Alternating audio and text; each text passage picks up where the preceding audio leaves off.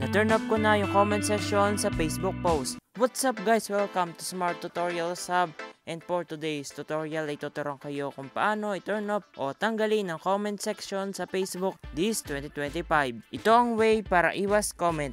Pero bago tayo magsimula ay huwag kalimutang pindutin ang like, share, and subscribe. Una po of course, pumunta sa Facebook app. Hindi po ito nagwo-work sa Facebook Lite. Then pindutin po yung iyong profile.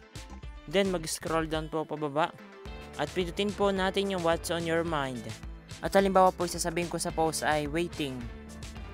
Pindutin po yung audience na button, yung public po sa akin. Then dapat po ay nakapublic ang iyong post para po ma-turn off ang comment section. Then kapag nakapublic na, pindutin po yung done. At ready na po siyang i-post. Pindutin po yung post. At ayan, nakapost na po siya. Dun po sa ating Facebook post ay pindutin po yung 3 dots. And pindutin po yung who can comment on your post. At dito po ay select natin yung profiles and pages you mention. Para yung na-mention lang po natin sa comment section ang makakapag-comment.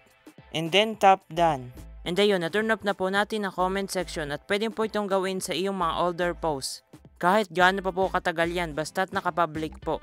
I-check ko po sa aking other account kung talagang naka-disable na yung comment, and yan. Naka-turn up na po dito yung comment section at ganyan lang po siya kadali. Thank you for watching at kung nakatulong ako ma-turn off o tanggalin ang comment section mo sa Facebook post mo, itulungan mo naman ako. Pindutin mo ang like, share, and subscribe at panoorin ang next tutorial. Thank you!